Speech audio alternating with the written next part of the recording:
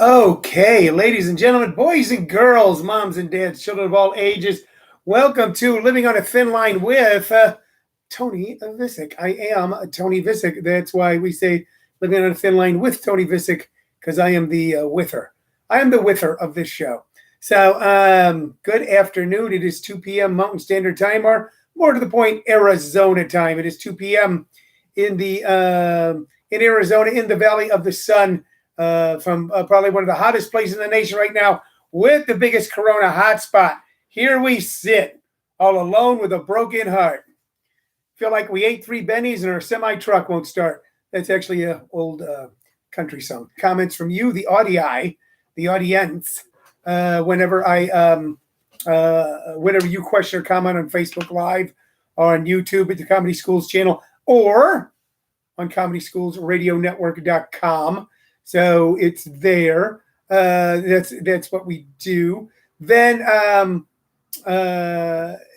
it's based on that. It's also based on some trinket or memorabilia or autograph or something I have laying around here in the home office that I share with you, and maybe share a little story about, just a little down-home talk about something that I own. And then I recommend either 2 artists or piece of music based on my vast vinyl album collection. And I show you the album cover. People go, why don't you play the music, Tone? Well, we love to play the music. We would be excited to play the music. But there's something called, and it works both ways. It's a double-edged sword. There's musical rights. And if we played it, we would either get cease and desist letters, tell us to stop, or they would take the videos down, or they would then, I get letters from music publishing companies going, you owe us for this music. In one way, I understand it. The songwriters, the owners of the copyrights, deserve to get paid, although so many of those were stolen from artists.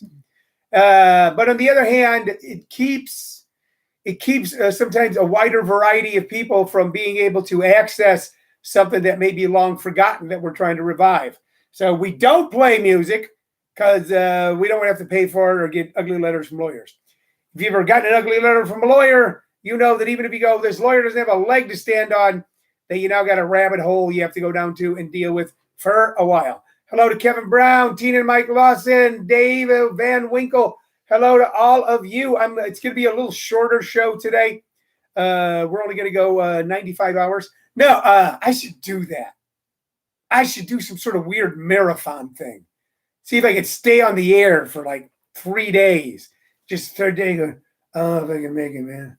We're just trying to raise money for cystic fibrosis in rats and rabbits.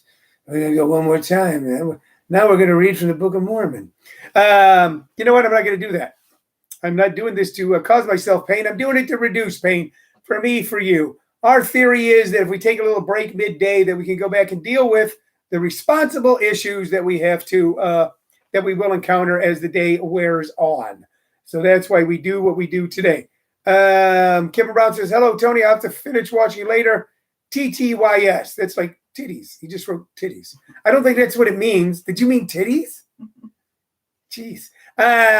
Talk to you later. Talk to you soon. Oh. But if you look at it phonetically, it looks like titties with Y. So, I don't know. I am wearing a Merle Haggard hat, ladies and gentlemen.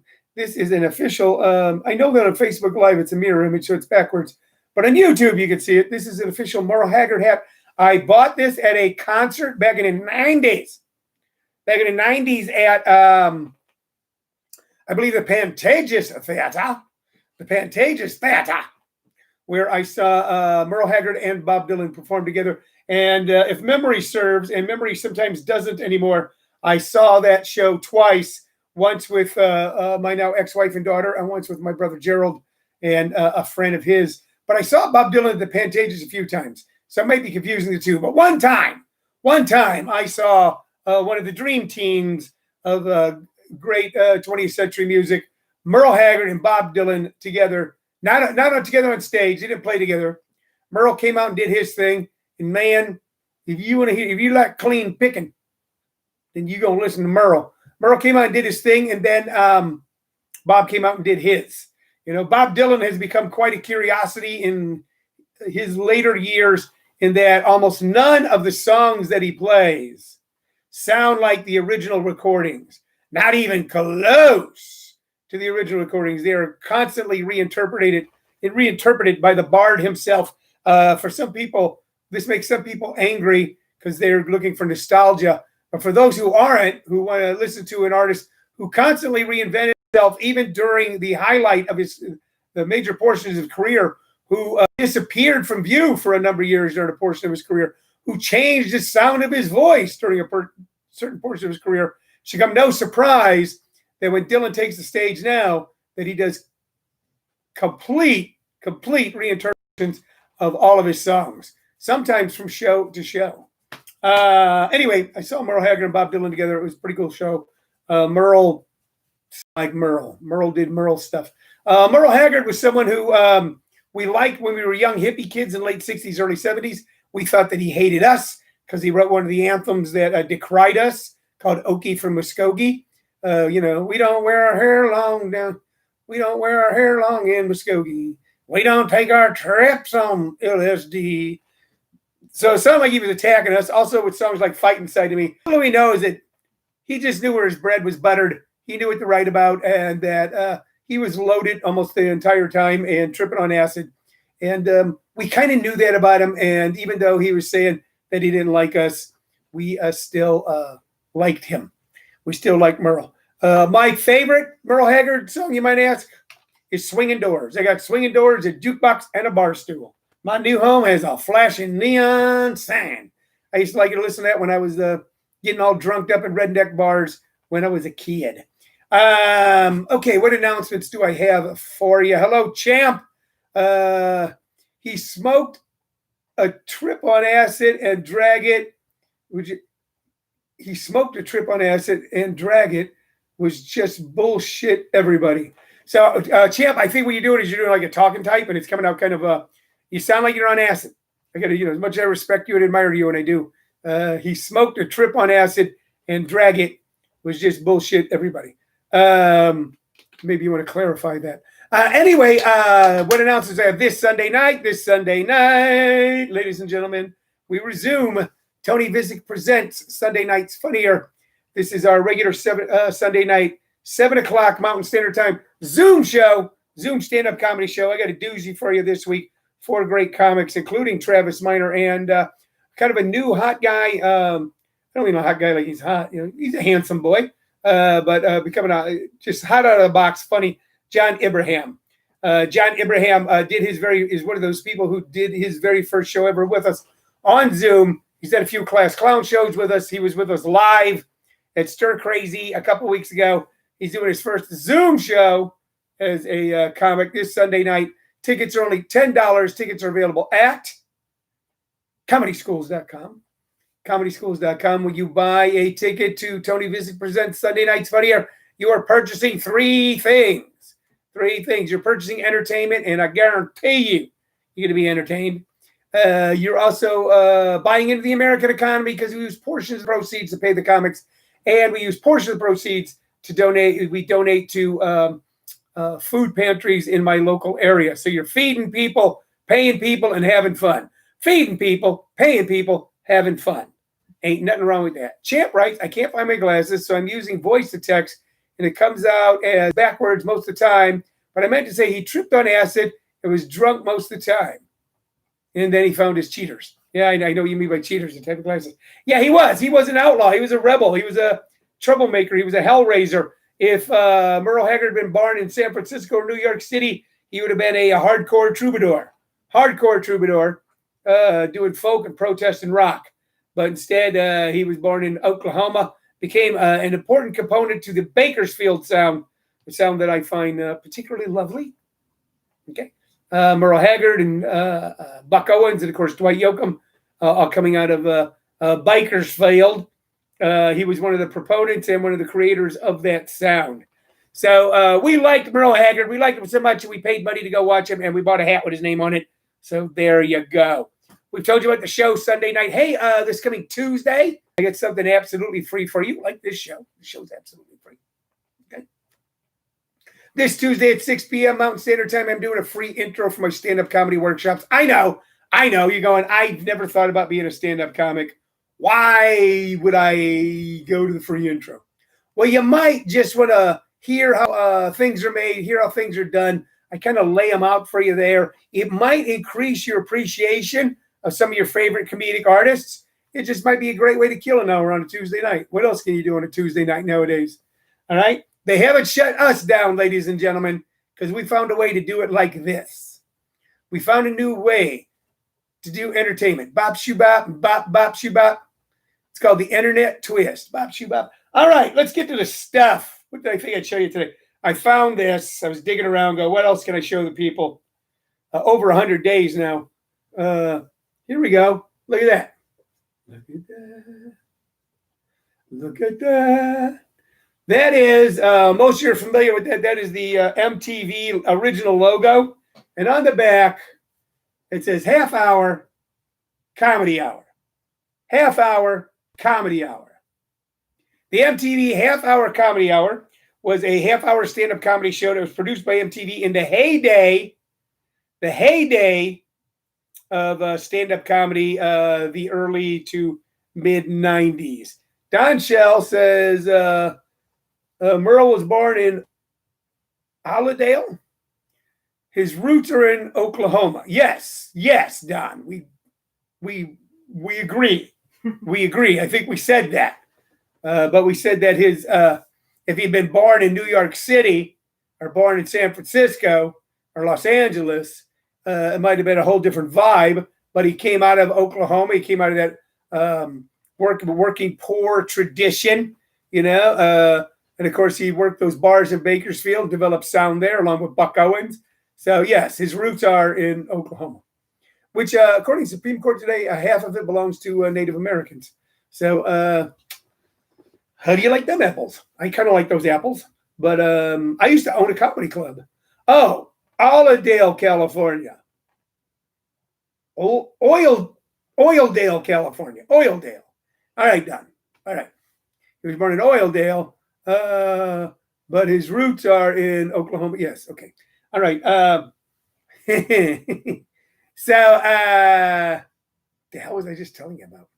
I used to own a comedy club in Oklahoma. I used to own a comedy club in Oklahoma. That was a digression from the MTV shirt. Let me show you the MTV shirt again. Okay. Just so we can get back on track here. There it is. Original logo. All right, on the back. Half hour comedy hour. This is truly a collector's item right now. Not a lot of them around. I did their stand-up comedy show in the early 90s. It was filmed in a movie studio right off of Melrose Avenue, right next to the Formosa Cafe, legendary Formosa Cafe, which inside still looks almost exactly like it did in the 1940s and is oftentimes used as an interior on movies about Hollywood in the 30s and 40s, including, what did we watch, Hollywood on Showtime? Was that the name of the show? Where they had fictional Rock Hudson and yeah, we just watched it, and some of that was shot inside the Formosa. And I had a friend of mine, Spike Spangle, who managed that for a while. So we shot it there. My dressing room mate was Norm McDonald, and I had a pretty good time doing it. And I just thought I'd show that to you as a blast from the past. MTV was still doing primarily music videos then. It wasn't too long after that they came across and created the Real World, and then became whatever the hell they eventually became, because they kind of stopped doing music videos entirely for a while. What's that? Reality-based. A reality-based network. You know, what was I saw the other day? I saw something on YouTube. It was MTV Spring Break, you know, which where they filmed and celebrated, which is a drunken sexual bacchanal that takes place in Florida, usually in the spring. That for better or worse, looks rather dated now. It kind of looks like what the 1920s looked like, flappers and people drinking in gin joints looked to people in the 1930s. We've entered a more conservative and prudish era. For better or worse, it just looked a little odd to be watching, looking at pictures from Spring Break, MTV Spring Break. Probably maybe a little odd to see my stand-up set from MTV back in the early 90s. But there you go. That is our memorabilia or trinket. Now Now let's get to the music. We have a couple things here. This is a very cool album. Marvin Gaye live. Marvin Gaye, who is so celebrated, and rightfully so, as one of the great singers to come out of Berry Gordy's Motown. This is Marvin Gaye live, and he sings Troubled Man, Inner City Blues, Make Me Want to Holler, Distant Lover, Jan, I'll Be Doggone, which was one of his early big hits, Try It Baby, Can I Get a Witness, You're a Wonderful One, Stubborn Kind of Fellow, How Sweet It Is to Be Loved by You, and then his two later hits that kept him going for a number of years, Let's Get It On, and What's Going On. Not on this album, of course, Sexual Healing. So Marvin Gaye was an interesting guy, African-American man from, I believe, Michigan, who fell in with Berry Gordy, became one of the huge stars out of Motown. As the years went by, his star somewhat diminished there, but he kept trying and he kept changing. Berry was very opposed to songs like Let's Get It On and Sexual Healing, and especially opposed to What's Going On, because Berry didn't want Motown to be involved in any sort of controversy at all. But it turned out to be a massive hit, and probably his most lasting, the song that really is his most lasting legacy. But he was a great, great singer. Like so many singers and artists, like I said, this was a live show, and it doesn't say where it was done. No, it doesn't say where it was done. But he, like so many singers and artists in the 70s and 80s, got far too caught up in drugs. And he developed a horrific cocaine addiction. Nowadays, people understand that you get easily addicted to cocaine. People understand it. But in the 70s, doctors were saying, well, it's just a mild stimulant because of euphoria and friendliness, and I don't see why it'd be a problem. I certainly got caught up in it. And I was never wealthy like Marvin Gaye, but I went from those little bitty tiny McDonald's spoon straws, like that, little Coke spoon, to like doing a half a gram just to feel normal, to like smoking the stuff in my closet. Marvin Gaye developed that sort of addiction to cocaine, only worse, same as Richard Pryor did. And so many comics. Skip Stevenson, great comic in the 70s, horrific cocaine problem. George Miller, great comic in the 70s, developed a terrific cocaine problem. On and on. It destroyed the band Fleetwood Mac. The problem with cocaine is you stay awake and you become psychotic and paranoid. And you don't eat, and it damages your health. It certainly destroyed Marvin Gaye. Cocaine addiction. He ended up living with his parents, and while attacking his father shot him, and he came to a ignoble end. But I guess the question is, what do you concentrate on once things are past? Do we concentrate on the wonderful music, or do we concentrate on the fact that he had a troubled life, that he dated frequently, that he developed a horrible drug addiction, and that he attacked his own father, and his father was in such fear for his life that he shot him? I'm going to remember the music, and I'm going to remember what he said in songs like What's Going On. And I remember how good a song like Mickey's Monkey made me feel when I was a little kid. So if you want to listen to something great, go back. This music is around a lot, but go back and listen to Let's Get It On. Listen to What's Going On. Definitely YouTube those. And also I'll Be Doggone. Such a fun tune. And How Sweet It Is. You know, just great rhythm and blues songs with an incredible voice. Just makes you feel good inside. That's what he left us. The world did one thing to Marvin Gaye, but he left the world so much more. Okay, now this next guy was able to avoid a lot of those pitfalls, although he went through some of them. All right, but a personal favorite of mine, the poet, picker, prophet, pusher. This man was a pilgrim and a preacher and a problem when he was stoned. That is Chris Christopherson, ladies and gentlemen. The title of this album is Chris Christopherson, Me and Bobby McGee. And it's got just some fantastic tunes on it. Side one, Blame It on the Stone, To Beat the Devil, Me and Bobby McGee. The Best of All Possible Worlds, Help Me Make It Through the Night, Protection of the People. Side 2 is Casey's Last Ride, Just the Other Side of Nowhere, Darby's Castle, For the Good Times, Duvalier's Dream, and Sunday Morning Coming Down. So Chris Christopherson is a fascinating character, still alive, someone who I've seen 2 or 3 times. He started out in life quite normal. He ended up in the military. He flew helicopters. He was a Rhodes Scholar. He was a military veteran with a wife and family who, while his life was totally together, the American dream, inexplicably, he decided he wanted to be a songwriter. This didn't go down well with his wife. They divorced, and he went from officer in the Air Force, Rhodes Scholar, to sweeping floors at music studios in Nashville. And when someone asked him why he did that, he goes, well, I figured that's where the singers were that I would try to give my songs to. Started out as a songwriter, never think that he himself would achieve any sort of fame.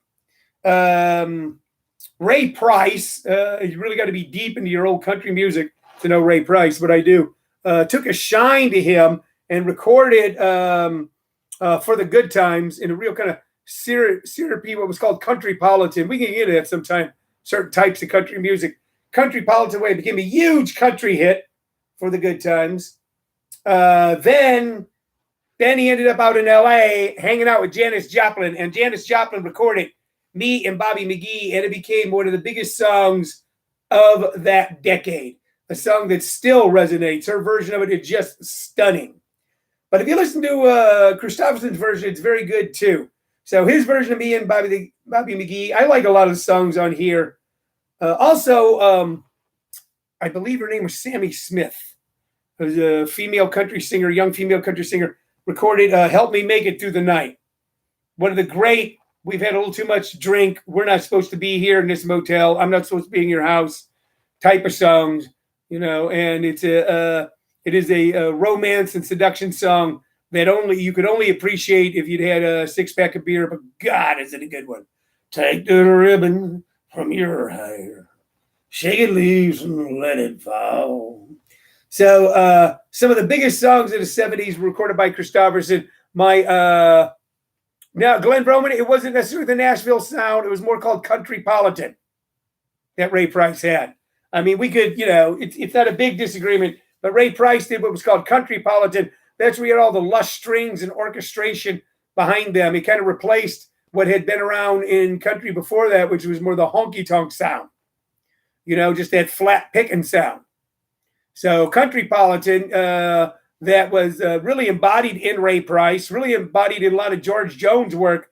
Think about all the strings and orchestra in songs like The Grand Tour and Charlie Rich. All those guys, they were countrypolitan singers. But Christopherson always blazed his own trail. And he came along at a time when you could write country music and rock music and do extremely well. Not only that, turned out he was a pretty good-looking fella, and the camera loved him. And he made a little movie called Cisco Pike about a drug dealer, about a famous singer who fell on hard times and then becomes a drug dealer in Hollywood. It was him and Harry Dean Stanton. The movie didn't do much, but it got him notice, and he went on to become a major Hollywood box office star. A major Hollywood box office star. Doing such movies as Bloom in Love, and then Heaven's Gate destroyed his career. He was flying high. He had the world. An authentic singer, songwriter, poet, respected and admired, yet still writing pop hits, who was also a #1 box office movie star. The man had it all. And then he did a film directed by Michael Cimino. Michael Cimino had just directed Michael, what the hell was it? It wasn't The Heaven's Gate. It was anyway, Michael Cimino was a major director and was making a movie called Heaven's Gate. Heaven's Gate, The Deer Hunter. Michael Cimino made The Deer Hunter, which blew up and stunned the American public and became one of the highest grossing films of that year or of several years. Yeah, A Star is Born with Streisand. I got to tell you, Dan, I went back and watched that version of A Star is Born, and I've seen them all from the original, which is called What Price Hollywood with Constance Bennett. Then the 1937 6 version with, I believe, Myrna Loy, maybe no, Jeanette Gaynor and Frederick March, to the Judy Garland version with James Mason. Right? And then, of course, the Streisand Christopherson one. And it's pretty bad. Pretty bad. And I think it was bad because John Peters, who had been a hairdresser, the movie Shampoo was kind of based on him, had married Barbara Streisand, became the producer. And it is Barbara and John run amok with a camera, and it comes off poorly. Although Christopherson comes off pretty good. Of note in that Star is Born is Gary Busey, who does a wonderful job as the cynical manager, road manager for Chris Christopherson. Anyway, Heaven's Gate destroyed his career. One of the biggest, most expensive flops at all time. Even though he had no control over it, he kind of got blamed for it, destroyed his career. He had to sell his house and do a long journey back, But if you want to listen to wonderful music, what Don Shell says, for the good times, he had beautiful violins as opposed to country fiddles. Still love listening to it. Great song, and that's what makes it countrypolitan instead of straight up country or honky-tonk or Bakersfield sound. It was that lush orchestration that was going on in Nashville during that time. Ray Price, smart guy, great guy, helped a lot of people. And you're all smart, and you're all great, and you helped me today by helping me get through another half hour as I stumbled and mumbled, talking about things that I love with people that I love and like very much. I'm going to be back tomorrow night, Saturday, at our special time on Saturday, 7 p.m. Mountain Standard Time, for the big Comedy Jubilee. So I hope you'll be joining us then, and I hope you're going to go to comedyschools.com right now and buy a ticket for our Sunday night stand-up comedy show on Zoom, Tony Vicich Presents. Okay? That's it for right now. I'm going to see you guys tomorrow. You stay safe, okay? Wear a mask. Wear a hat and a mask. Wear a mask and a dog collar and just watch people lose their goddamn minds. All right. I'll talk to you later. Bye-bye. Glenn just said it has been a half hour. Well, Glenn, I got other stuff I got to do.